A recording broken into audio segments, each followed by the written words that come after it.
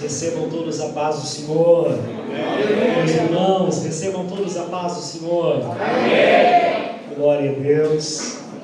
É um prazer estar com os irmãos aqui nesta noite. Você que trouxe o seu exemplar bíblico, abram comigo, por favor, o segundo livro dos Reis de Israel, capítulo de número 22. Segundo livro dos Reis de Israel, capítulo de número 22. Enquanto você procura, eu louvo a Deus pela oportunidade de servi-lo e de servir também esta amada igreja. Há alguns anos, o Senhor tem me presenteado com a oportunidade de servir os irmãos do Distrito Alemir. Minha saudação ao vosso pastor Jackson. Que Deus em Cristo abençoe, prospere o trabalho de tuas mãos aqui. Estive com o Senhor há algum tempo atrás no distrito Passo Fundo. Fui muito bem recebido e hoje aqui da mesma forma. Muito obrigado. Na sua pessoa, eu saúdo todo o corpo do ministério, obreiros, amigos, galera da Natal. Deus abençoe, Sr. Jefferson. Glória a Deus. Davi, Leandro, vocês são amigos. Muito obrigado, viu? Deus abençoe vocês. Em nome de Jesus. Deus te acompanhe. Enfim, sintam-se todos abraçados, honrados, amados. Depois você passa aí para comprar uma luva e te dou um abraço. Amém? Glória a Deus. Capítulo de número 22, verso de número 8. Você que encontrou, diga glória a Deus. Glória a Deus. Você que não encontrou, diga me ajuda. Eu vou ouvir aqui, me ajuda. Ajuda. Auxilia. O texto da palavra de Deus diz assim: Ilquias, o sumo sacerdote, disse a Safão escriba: encontrei o livro da lei na casa do Senhor. E Ilquias deu o livro a Safã e ele o leu. E Safão escriba voltou ao rei e trouxe novamente ao rei a palavra e disse: os teus servos recolheram o dinheiro que foi achado na casa e o entregaram na mão daqueles que executam a obra, que tem a supervisão na casa do Senhor. E Safão escriba apresentou ao rei, dizendo: Ilquias, o sacerdote, entregou-me um livro. E Safão leu diante do rei. E sucedeu, quando o rei havia ouvido as palavras do livro da lei, que ele rasgou as suas vestes. Sucedeu, quando o rei havia ouvido as palavras do livro da lei, que ele rasgou as suas vestes. Capítulo de número 23, verso 3, o texto diz assim: e o rei se pôs de pé junto a um pilar e fez um pacto diante do Senhor, para andarem segundo o Senhor e para guardarem os seus mandamentos e os seus testemunhos e os seus estatutos de todo o seu coração e de toda a sua alma, para cumprirem as palavras deste pacto que estavam escritas neste livro. E todo o povo apoiou este pacto. Amém? Curve a sua cabeça.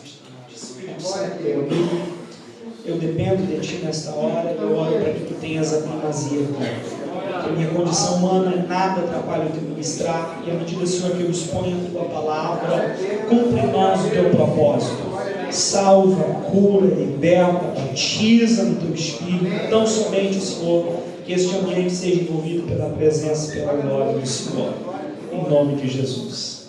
Graças a Deus. Tome o seu assento, por favor. Perdoando Deus, você tem liberdade. Gostaria de antemão pedir que você tenha um pouquinho de paciência comigo.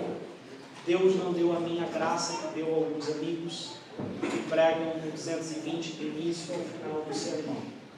Eu estou mais para um carro alto, demora para pegar, mas depois que pega a gente chega lá, então vai dar certo. Você adora Deus aí, eu adoro Deus aqui. Aleluia. E vai dar tudo certo. Amém? Amém. Aleluia ou não aleluia? Aleluia. É todo mundo aleluiado, vai dar certo. Queridos, o texto que ora lemos é bastante conhecido. E eu não quero surpreendê-los com algo novo, eu quero apenas expor o texto e compartilhar algumas lições que aprendi com ele. Eu tenho certeza que nós cresceremos juntos assim. Manassés, filho de Ezequias, diferente de seu pai, não fez o que era bom diante dos olhos do Senhor. Ezequias fora um rei piedoso, temente a Deus, e o seu reinado foi próspero. Todavia, ele teve um filho chamado Manassés, e o nome Manassés significa fazendo esquecer. Sua vida faz jus ao nome, porque durante o seu governo o povo esqueceu-se de Deus, da aliança e do pacto que tinham com o Deus de Israel. Judá entrou em um estado de apostasia. Foram mais de 50 anos de apostasia, indiferença e infidelidade para com Deus.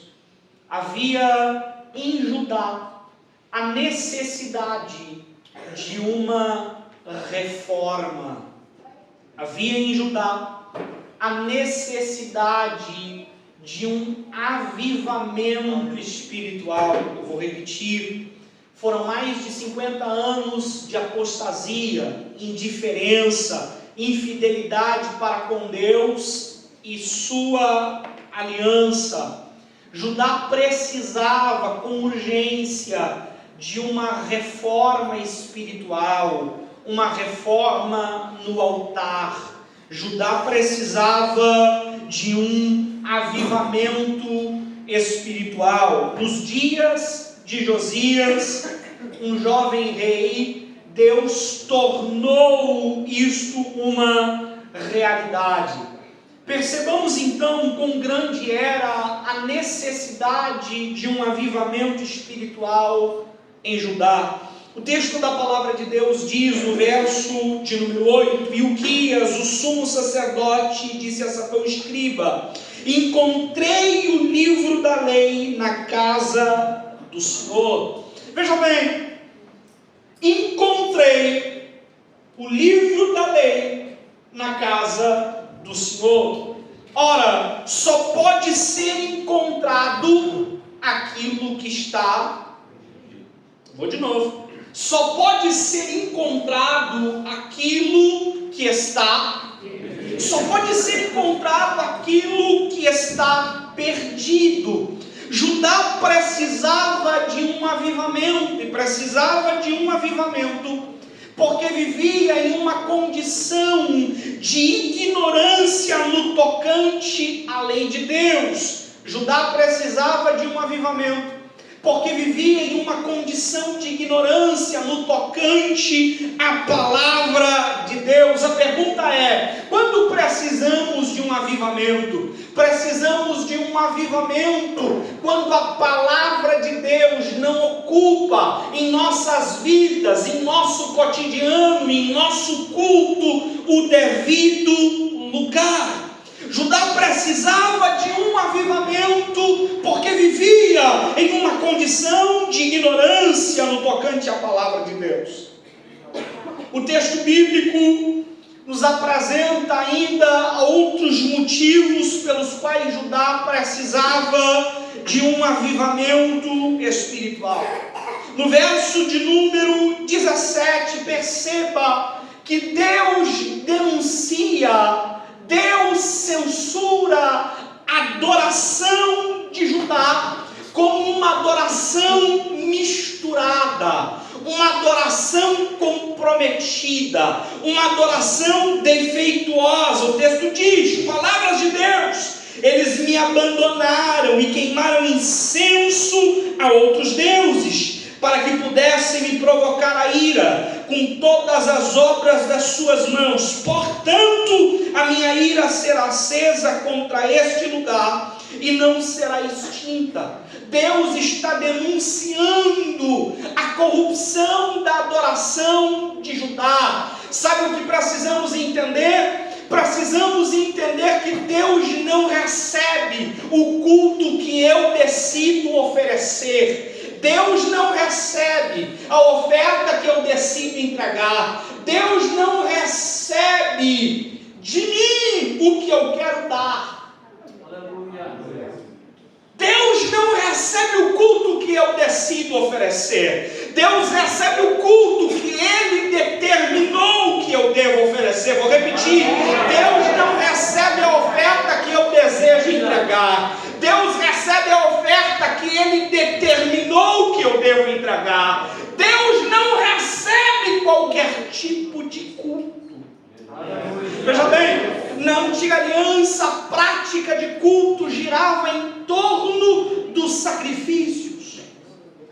E ninguém poderia chegar, olhar para o seu rebanho e encontrar em seu rebanho uma ovelha ferida, um gado ferido. Chegar à seguinte conclusão: você está mal, hein? Você vai morrer. Posso te salvar. Já sei. Já que você vai morrer e não tem muita utilidade para mim, eu vou matar 2 coelhos numa casa dada, Senhor. Eu vou oferecer você ao Senhor. Eu vou fazer um culto com você. Existiam exigências. E o padrão de Deus é um padrão excelente. Então o animal, para ser oferecido a Deus, precisava ser saudável, perfeito.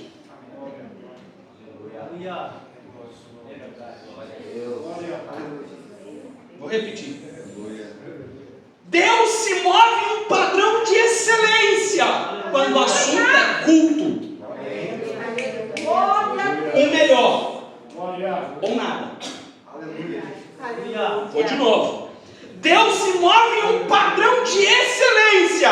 E quando o assunto é culto para Deus, o melhor, ou nada. O melhor, ou nada. O melhor, ou nada. Sabe, nós olhamos para o Novo Testamento e podemos pensar um pouco sobre Ananias e Safira. A pergunta é: qual foi o pecado de Ananias e Safira? Alguém diz assim: o pecado de Ananias e Safira foi mentir. Verdade, eles mentiram, mas não para aí. O pecado de Ananias e Safira é entrar na fila do tudo ou nada, para entregar só um pouquinho.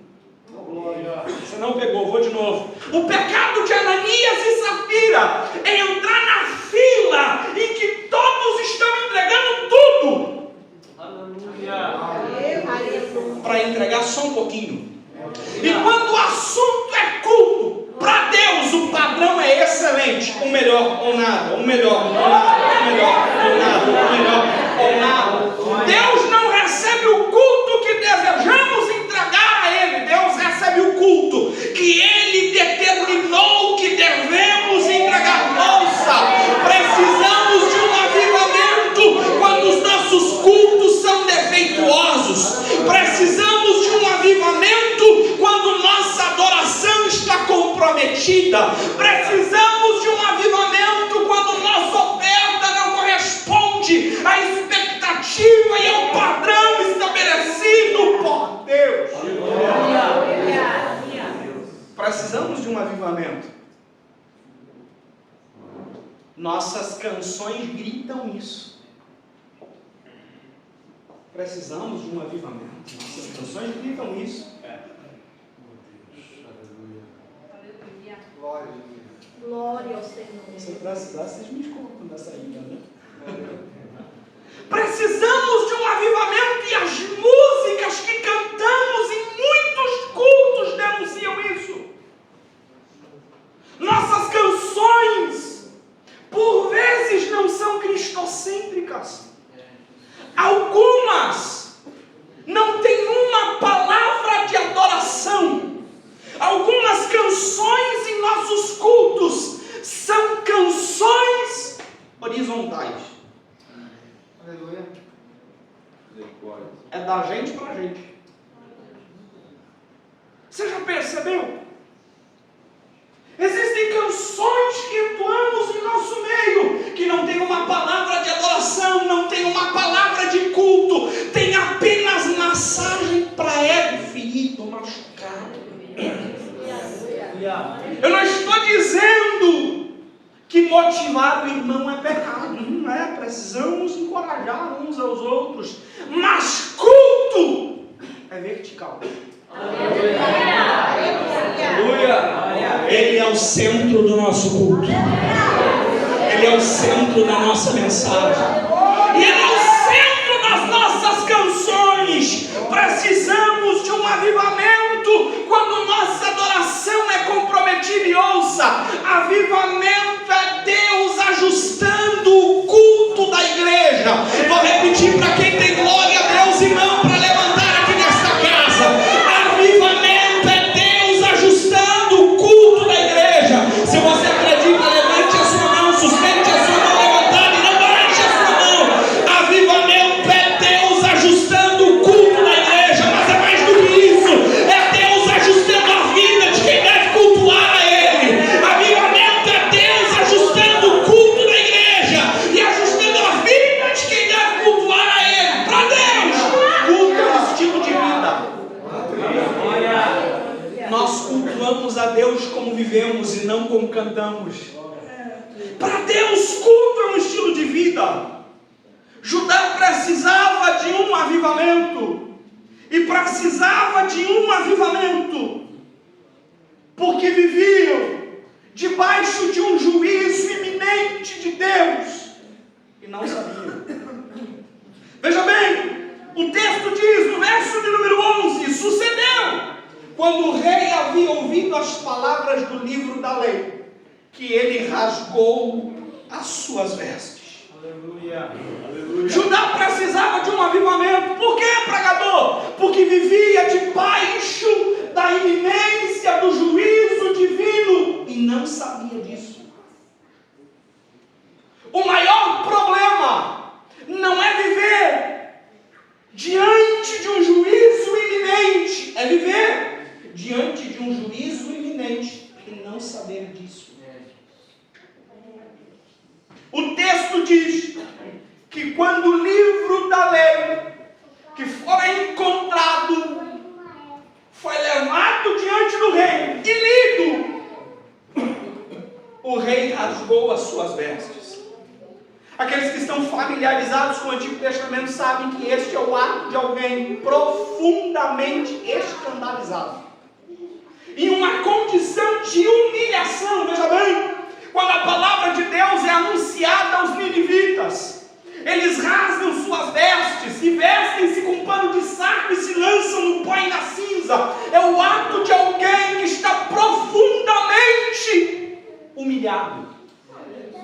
O rei se humilha porque percebe a iminência do juízo de Deus sobre Judá e seu pecado. Isto é, Judá vivia na iminência do juízo divino, mas não sabia disso. O que quer dizer? Que Judá vivia bem com a prática do pecado. O que quer dizer? Que Judá vivia em paz, apesar da prática do pecado. O que quer dizer? Que Judá vivia em tranquilidade, apesar de sua apatia, apesar de sua indiferença, apesar de sua infidelidade para com Deus e sua palavra. Spurgeon diz que as ovelhas podem vez ou outra cair na lama, mas não é o seu habitat natural, apenas os porcos rolam nela. O problema não é pecar. Pregador, qual é o problema? O problema é pecar e não perceber. O problema é pecar e viver bem na prática do pecado. O problema não é pecar. Não.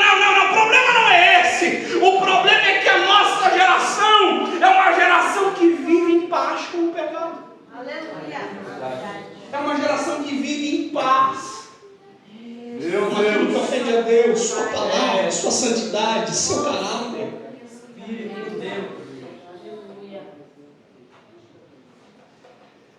Nós precisamos de um avivamento. Nós precisamos de um avivamento. Deus amado. Precisamos de um avivamento. Deus, aleluia. E precisamos de um avivamento, porque nossa geração vive debaixo do mesmo padrão, debaixo de um juízo iminente da parte de Deus, festejando quando deveríamos chorar, celebrando quando deveríamos lamentar. E a gente brinca de avivamento. Nunca falou-se tanto em avivamento em nosso meio, entretanto. Nunca houve uma geração tão incoerente quanto esta. Eu sou jovem, bem jovem. Eu sei que parece 15 anos, mas não é tão jovem assim. 24. Não chega que não acredito. A vida de Jesus tem poder. E eu percebo o que acontece no nosso meio. Aleluia. E tem gente que canta aqui e fala em línguas estranhas aqui, e tudo isso é muito bom. Mas essa espiritualidade não está presente na segunda-feira, na vida real. Nós vivemos de um avivamento enlatado de final de semana. Glória, Deus. Aleluia. Avivamentos que duram 1h30.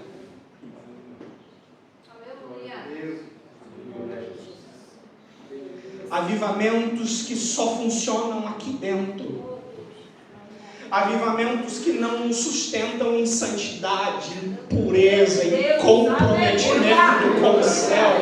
Precisamos de um avivamento.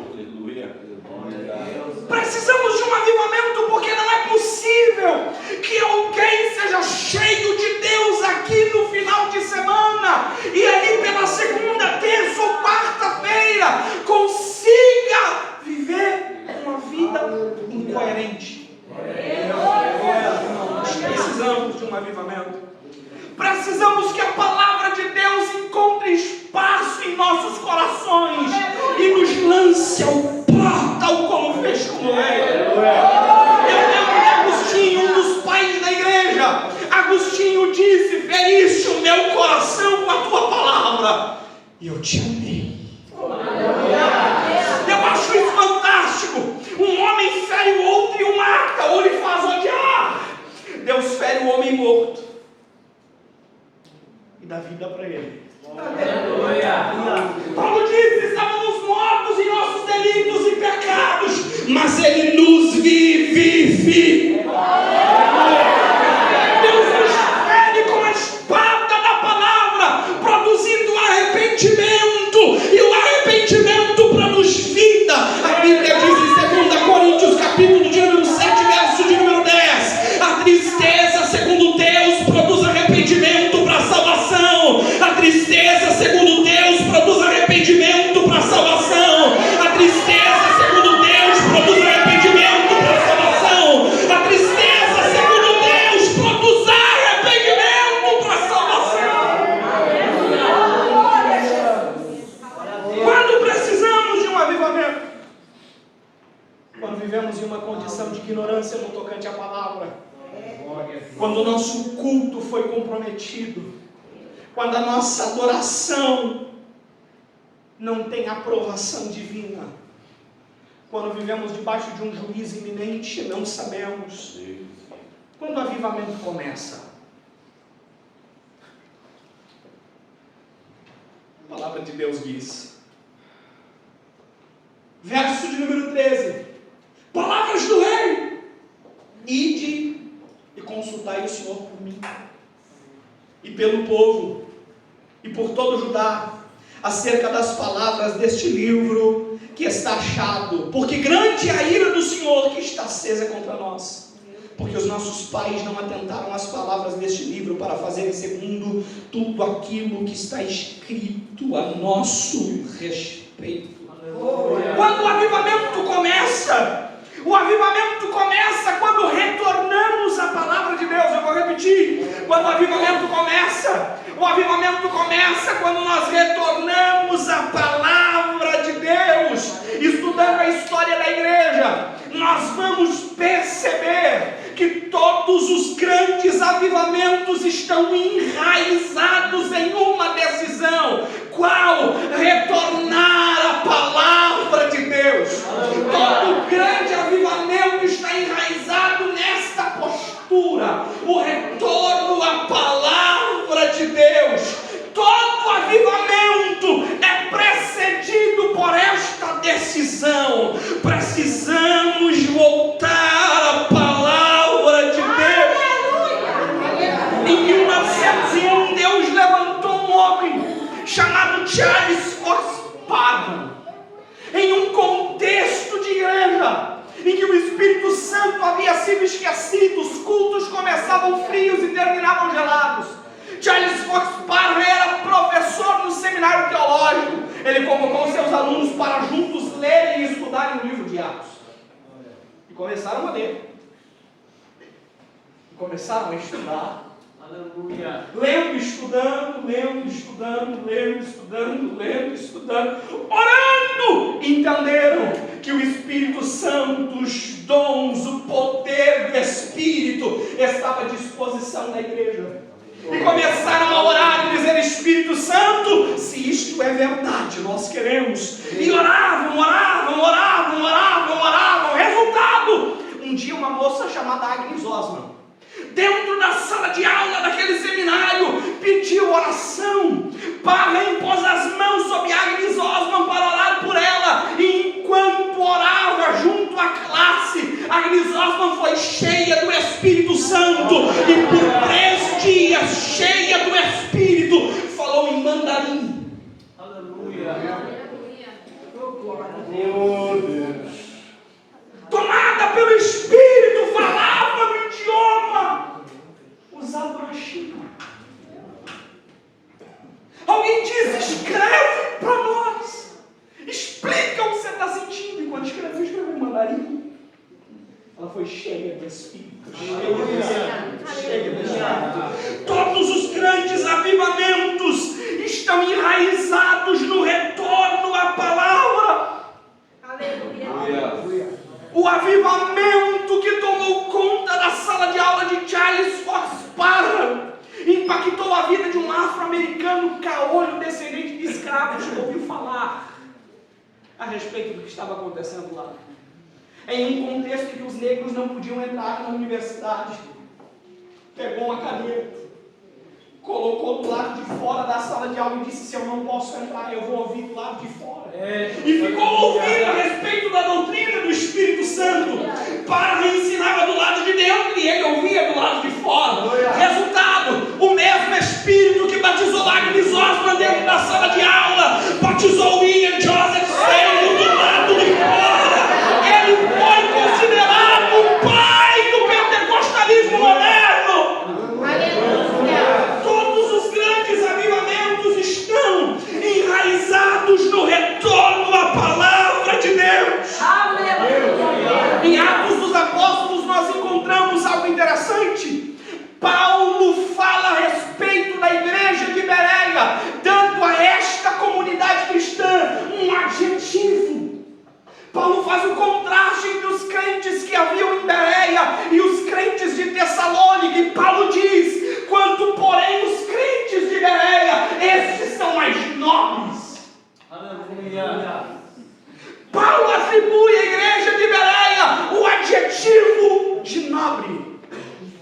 Motivo: Paulo diz: enquanto eu pregava,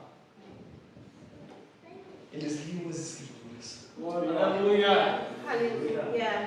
Enquanto eu pregava, eles analisavam as Escrituras. Glória a Deus. Enquanto eu pregava, aleluia, eles se alimentavam das Escrituras. Aleluia. A nobreza da igreja consiste na fidelidade dela à palavra, no valor que ela dá à palavra, no quanto ela honra a palavra. Aleluia.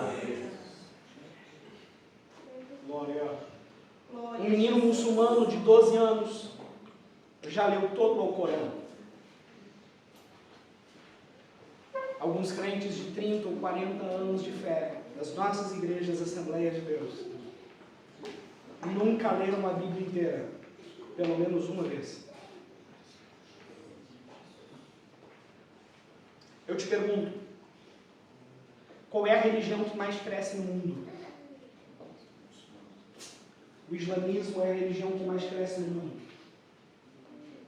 Eles conhecem a sua fé. Glória. Aleluia, Deus. Glória a Deus. Aleluia. Eles conhecem a sua fé. É. Eles conhecem a sua fé. Glória a Deus. Eles conhecem a sua fé. Aleluia. Eles defendem a sua fé. Em nosso meio é um pouquinho diferente. Alguém senta num banquinho e diz assim, quando nós falamos do homem, falamos da fraqueza de Deus. E o que nós fazemos? Nós viralizamos o vídeo dele na internet. Porque não conhecemos tão bem a nossa fé.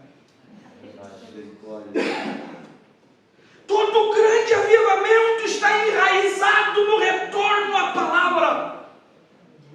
Podemos olhar para os nossos dias e nós vamos perceber que muitos adventistas, muitos testemunhas de Jeová, mormons e seguidores de outras seitas pseudo-cristãs, conhecem seus livros de fé, conhecem suas referências de fé, conhecem o credo de suas confissões. E nós não. Aleluia. Quando o avivamento começa? O avivamento começa quando a palavra de Deus é entronizada Aleluia. em nossas vidas, em nosso culto, em nosso dia a dia. Eu vou repetir, quando o avivamento começa. O avivamento começa quando a palavra de Deus é entronizada no nosso dia a dia, quando a palavra de Deus ocupa o segundo lugar, no nosso devocional, no nosso cotidiano, na nossa prática de vida cristã. Quando o avivamento começa, quando o culto é centrado na palavra, quando as canções passam a ser orientadas pela palavra. O avivamento começa quando a palavra assume o seu lugar. Glória a Deus. A postura de Josias evidencia o despertar de um avivamento, porque avivamento é isso. Avivamento é a vida da palavra manifesta na vida da igreja. Vou repetir. A postura de Josias evidencia o despertar de um avivamento espiritual, porque avivamento é isso. Avivamento é a vida da palavra manifesta na vida da igreja. Avivamento é a vida da palavra manifesta na vida da igreja. A vida da palavra manifesta na vida da igreja. Quando o avivamento começa, verso de número 14, veja isso. Assim Uquias, o sacerdote, e Aicão, e Aquibor, e Safã, e Asaías foram até Uda, a profetisa, a esposa de Salum, filho de Tocate, o filho de Aarás, protetor do guarda-roupa. Ora, ele habitava em Jerusalém, na sua segunda parte, e eles conversaram com ela, e ela lhes disse: assim diz o Senhor Deus de Israel, dizei ao homem que vos enviou a mim, assim diz o Senhor, eis que trarei mal sobre este lugar e sobre os seus habitantes, e todas as palavras do livro que o rei de Judá leu. Quando o avivamento começa? O avivamento começa quando a palavra de Deus é exposta com fidelidade. O avivamento começa quando a palavra de Deus é exposta com fidelidade. O avivamento começa quando a palavra de Deus é exposta com fidelidade. Uda profetiza, responsável por expor a Josias e todo o povo de Judá a palavra de Deus, não escondeu de Josias e seu povo a dureza da palavra de Deus a respeito de seu pecado. Uda não ocultou do povo a dureza da palavra de Deus a respeito de seu pecado. Para precisamos entender, e alguém precisa dizer, que profetas que não denunciam pecado, o financiam, o patrocinam. Vou repetir, alguém precisa dizer, alguém precisa gritar em nossos dias, que profetas que não denunciam pecado, o financiam, o patrocinam. Nós vivemos uma moda que veio do Rio de Janeiro, está se popularizando no nosso estado. As revelações de nomes, CPF, você já viu? Placa de carro. E eu acho interessante que essa gente revela tudo.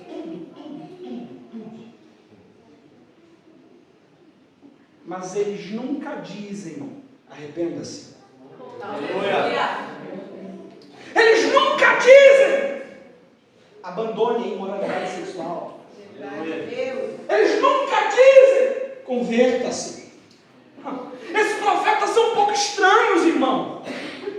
Você já olhou para a Bíblia? Veja bem como um profeta de Deus era recebido. Deus fala a Samuel, diz: Samuel, vai à casa de Jessé o belemita. E lá vai. No meio do caminho, alguém olha para o profeta e diz assim: a tua vinda é de paz. Glória. Aleluia. Vou repetir. A tua vinda é de paz. Aleluia. Eu não sei se você consegue imaginar a cena, mas o profeta de Deus está chegando, e quando alguém percebe a vinda do homem de Deus, começa a bater com ele. Porque a compreensão que eles têm é a seguinte: Deus está vindo até nós. E provavelmente está vindo para resolver alguma coisa. Deus vai nos matar. A compreensão é esta: Deus está vindo até nós. E Ele deve estar vindo para resolver alguma coisa. Deus vai nos matar. E eles questionam o profeta: tua vinda é de paz. Diz que essa mulher diz que não vai morrer. É, pai.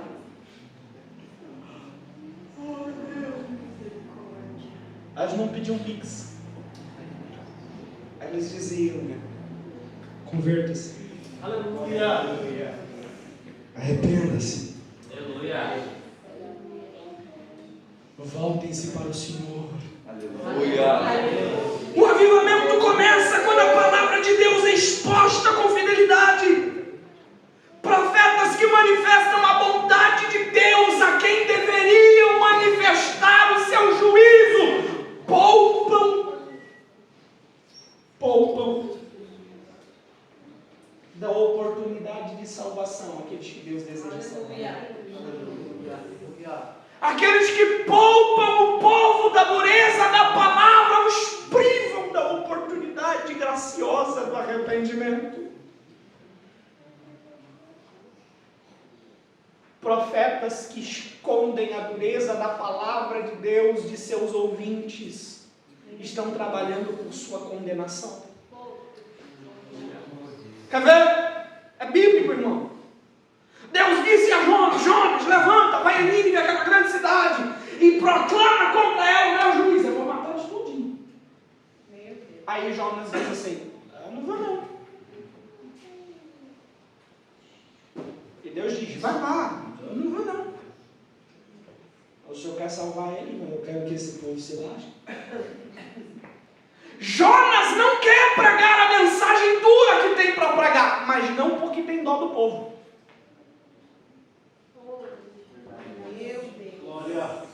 Jonas não quer pregar a mensagem dura que Deus lhe deu para pregar, mas não porque tem dó do povo. Pelo contrário, ele esconde a dureza da palavra porque não quer que o povo seja salvo. Aleluia.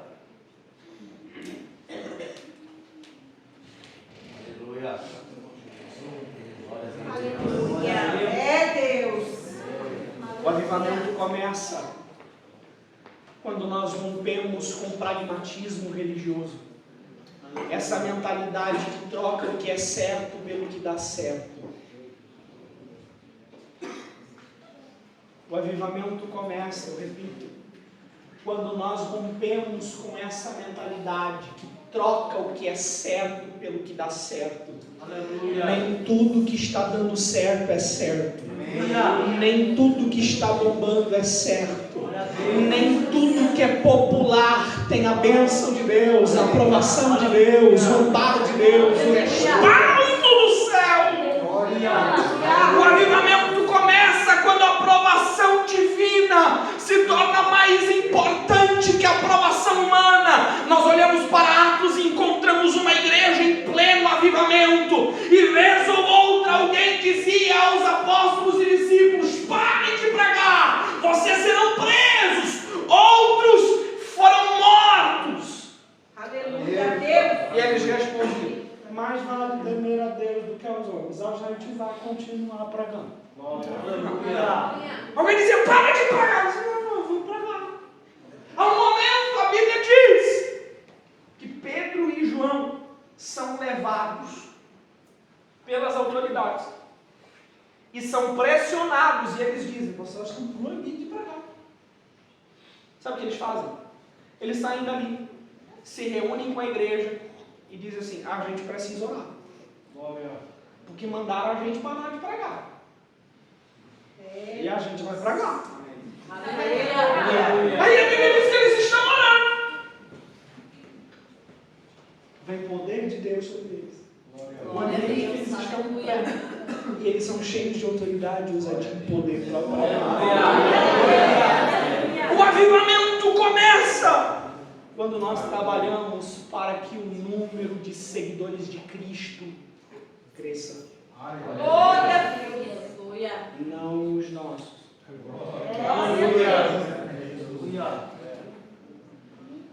Há uma palavra de Deus para minha geração. Há uma palavra de Deus para mim, para vocês. E a palavra é essa: quem não se expõe pela causa do Evangelho, expõe a sua falta de comprometimento com a causa. Quem não se expõe pela causa do Evangelho, expõe a sua falta de comprometimento com a causa. Deus está dizendo a alguém: se exponha, assuma a sua fé, defenda a sua fé, se posicione. Glória a Deus. Aleluia. Glória a Deus. O sistema educacional brasileiro foi tomado por um pensamento de extrema esquerda. E aqueles que estão no ensino médio, na faculdade, sabem disso. Deus está dizendo assim: se exponha, se posicione. A gente precisa de alguém que, cheio do Espírito e da Palavra de Deus, se posicione. Glória a Deus. Aleluia. Cheio do Espírito e da Palavra de Deus, levante a bandeira da Palavra e diz: mas a Palavra de Deus é contrária.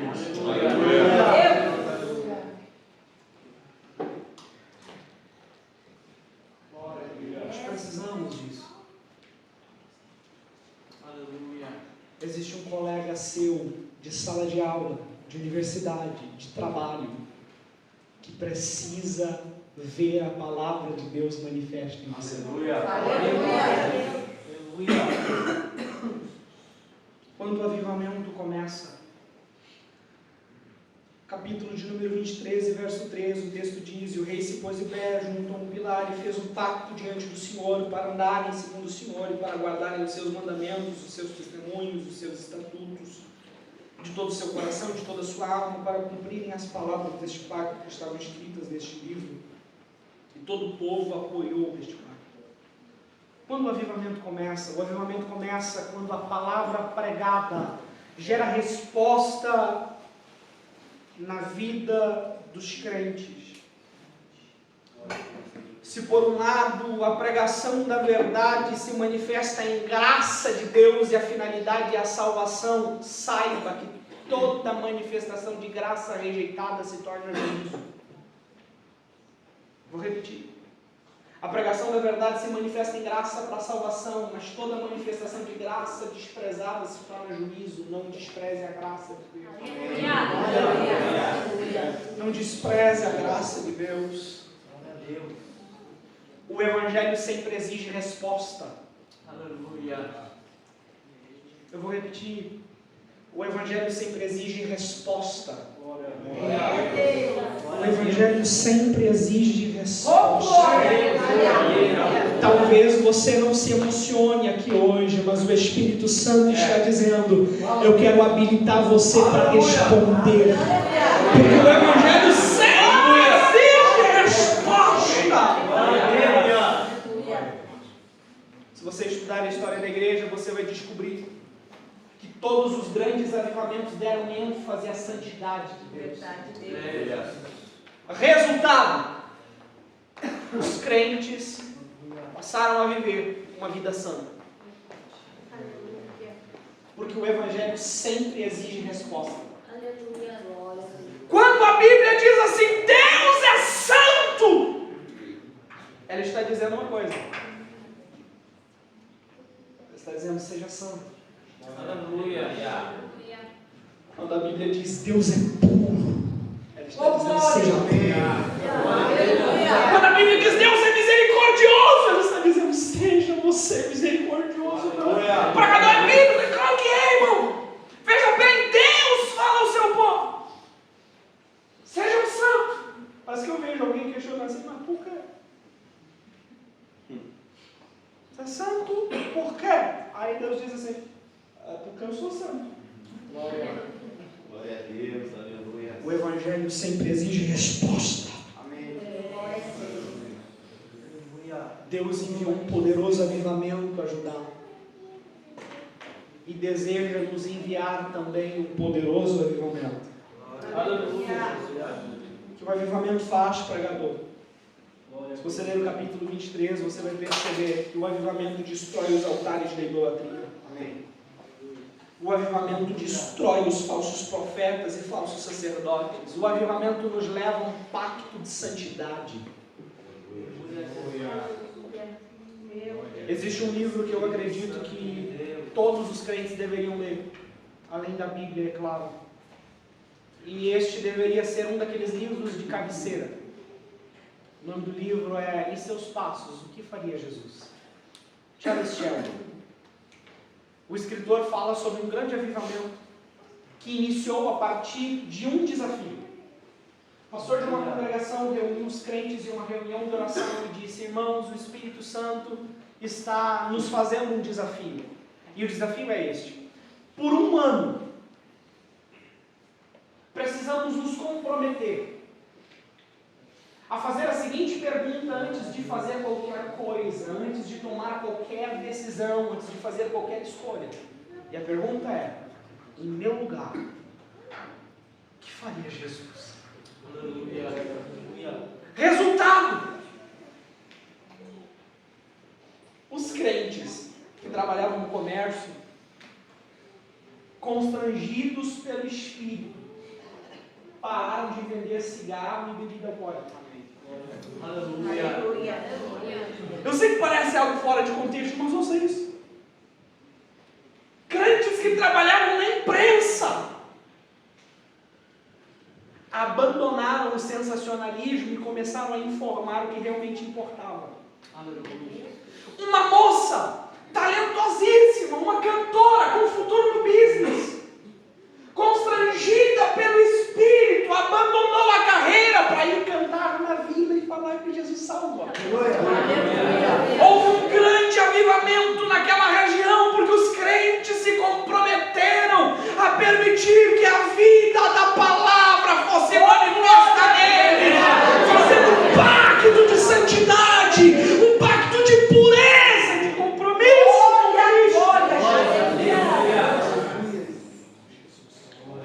Ao longo do capítulo de número 23, cerca de 20 vezes as expressões removeu, queimou, destruiu, levou embora, estragou, esmagou, são citados.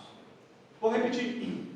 Ao longo do capítulo de número 23, cerca de 20 vezes aparecem no texto as expressões removeu, queimou, destruiu, levou embora, estragou, demoliu, esmagou. Porque avivamento é isso. Aleluia. Avivamento é Deus removendo. Avivamento é Deus queimando. Avivamento é Deus destruindo. Avivamento é Deus demolindo. Avivamento é Deus esmagando. Avivamento é Deus arrancando de nós tudo aquilo que compromete a sua presença. Por favor, fique de pé.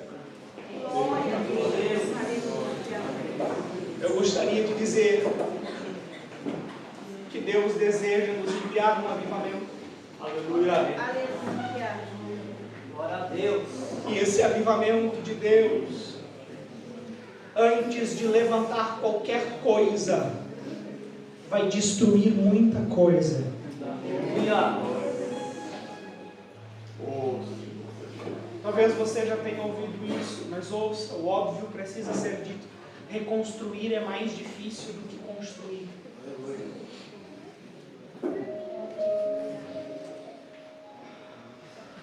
Para reconstruir tem que deixar Deus quebrar. Aleluia. Levar o entulho para fora. Aleluia. Tirar a sujeira.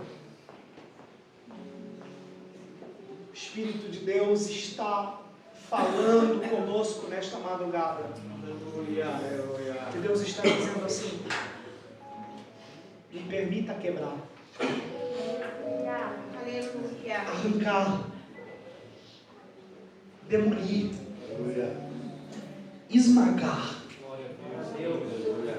queimar Aleluia.